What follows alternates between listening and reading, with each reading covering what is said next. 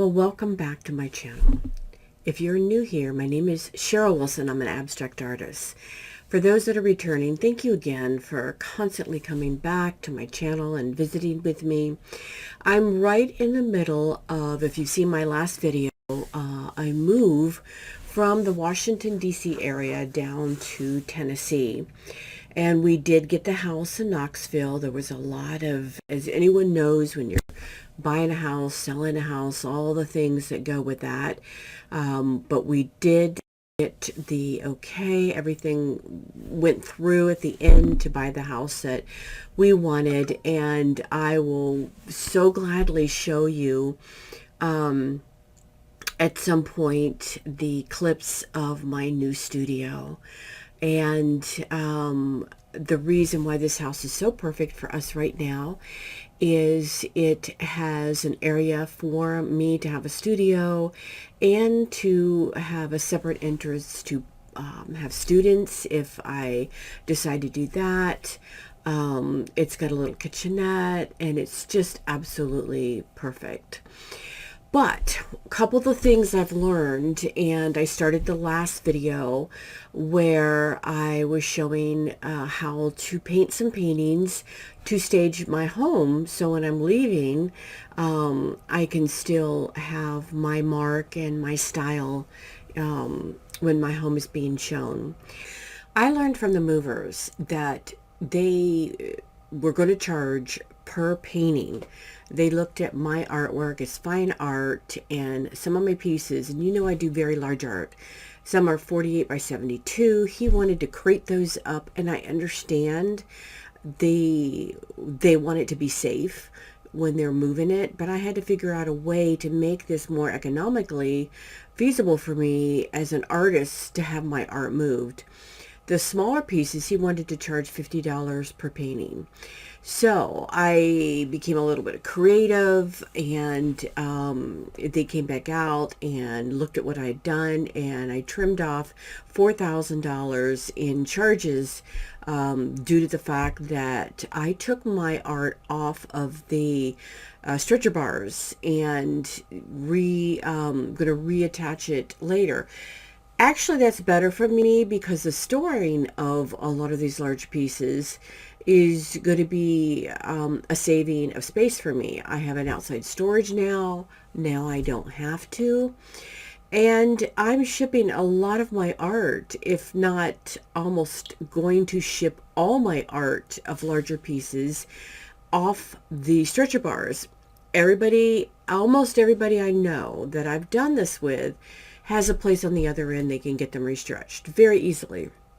Michael's, framing companies, and it's safer, it's cheaper. I have found that I have not had a painting damaged during shipping when I've shipped it as on the stretcher bars, but I've had so many artists tell me that the boxes have been smashed. I did have a painting returned to me when I shipped a piece of art for Singular Art to a show they had. And the venue, for some reason, they said they hired a professional painting shipper, but they just threw the painting in a box, shipped it back, and it got totally, the whole end got crushed, the stretcher bar got crushed, the painting got all ripped up. So I've seen what shipping can do if you don't ship it right, and I've seen what companies do to paintings. So this is going to be okay because I'm going to start shipping most of my large paintings off the stretcher bars. Cheaper to mail. It's going to be cheaper to have the expense to have it restretched than put into shipping the painting. So without further ado, let's jump into my table and I'll show you some clips, one of what it looks like when they're, off the canvas, off the stretcher bars, and a little bit about rolling them and about taking them off. Each company that I have dealt with, Michael's, Jerry's, there's multiple companies I've ordered my canvases from. the back is a little bit different. I do not mind when I re-put them, re-stretch them myself. I don't mind having the canvas look a little bit rougher, stapling it, because that's the style of artist I am. I like a very organic, abstract-y type of look anyway. So the Michaels frames have a much neater type of way that they stretch their frames. And while it looks very neat, the restretching, I'm not going to be able to put back the way that they had it. That's fine with me. So let's jump over to my art table and I'll show you a little bit more of what I'm talking about.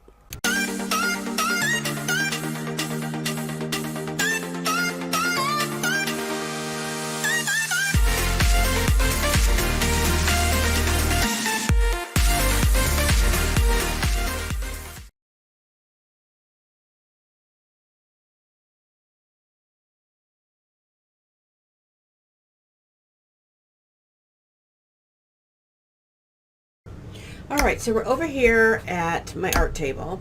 This is a small painting because I wanted to be able to get it all in frame. I don't use any fancy tools. I just use like a little screwdriver. I have a couple different sizes.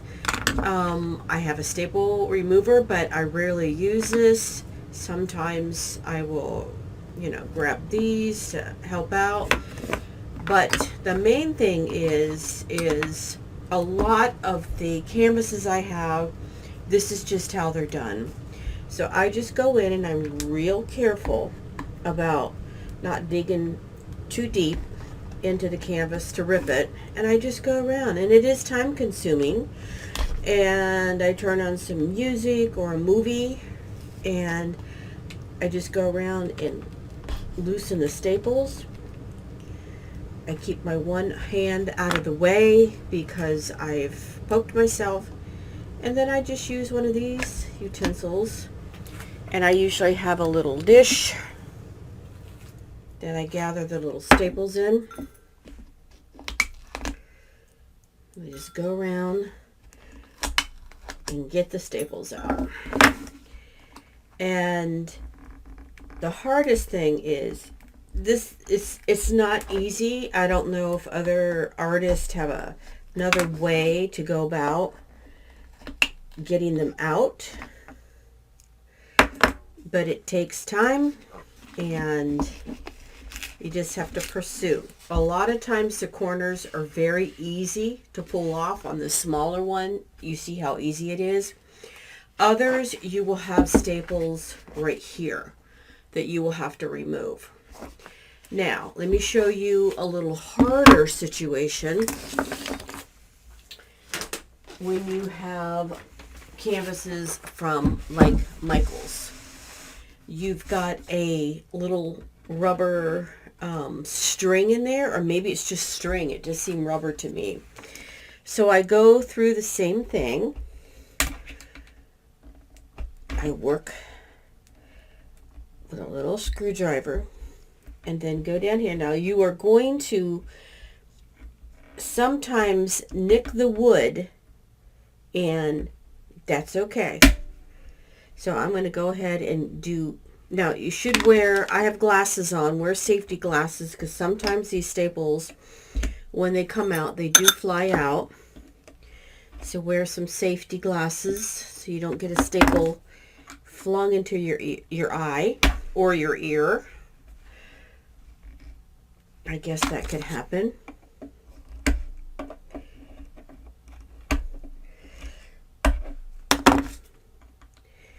But like I said, it's not a real easy process. It will take time.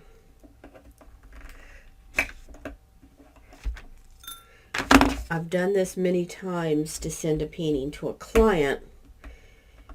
I've never done as many as I have done for moving, which has been a lot more difficult.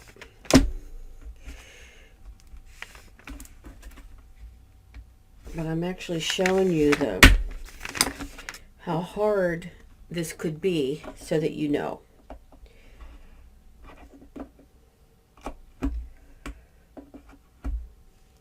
I I do a lot by myself. I don't have someone that helps me do a lot of what I do. See, this is an example of where you might rip the wood, and I've been okay with that. Now, these have less staples around them because what's holding it in, I'll show you, is this white cord. So the next thing on here is just to dig down in and get that white cord going.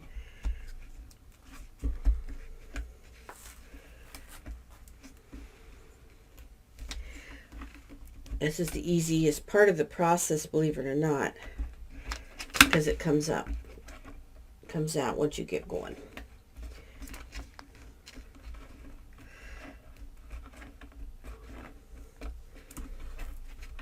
See, now we got a roll here. And as you can see, it pulls up all the way until it reaches another staple. And this pulls up all the way around, and the canvas comes out. And this is an example of when you get to the corner on this one, there's another staple.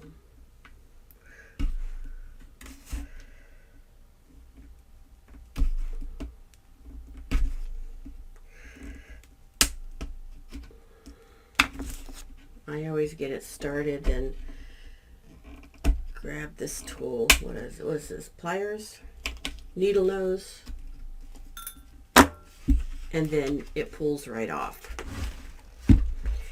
And what I was talking about, when I go to put it back on, I'm not going to save these because these get ripped up and stuff it back in there. I'm just going to staple it like this, or the framer will, like this, with a staple. And I'm fine with that because I don't mind it looking a little more rough. I don't mind that it's not going to look like the finished way it came from Michael's. Okay? Does that make sense? Then you're going to have a frame left. And let me show you. You're going to have a bunch of pieces of your frame. I grabbed a smaller frame stretcher bar and a larger. You're going to have a whole bunch of these, and they're going to be different sizes. So if you had a 24 by 24 inch painting, you're going to have 4 24 by 24, 24 by 36. You're going to have 2 36 and 2 24. But what you do is, I know these are different sizes, but they come like this together. And you're just going to take, I use a palette knife, and I just use the palette knife, and they come apart very easily. Some of the very large, and I didn't mark these. It would have been smarter had I gone through and taken the time to mark these, but I just don't think I'm going to need to. I'll just grab, because when you order these, because I've ordered these without the canvas, I've ordered stretcher bars myself, you just get the sizes and then you just put them together. So I didn't think I needed to specifically keep this goes with this painting, this goes with this painting. I'll just grab it. I know that this is a smaller, thinner canvas, and this goes to like the 2.5 inch.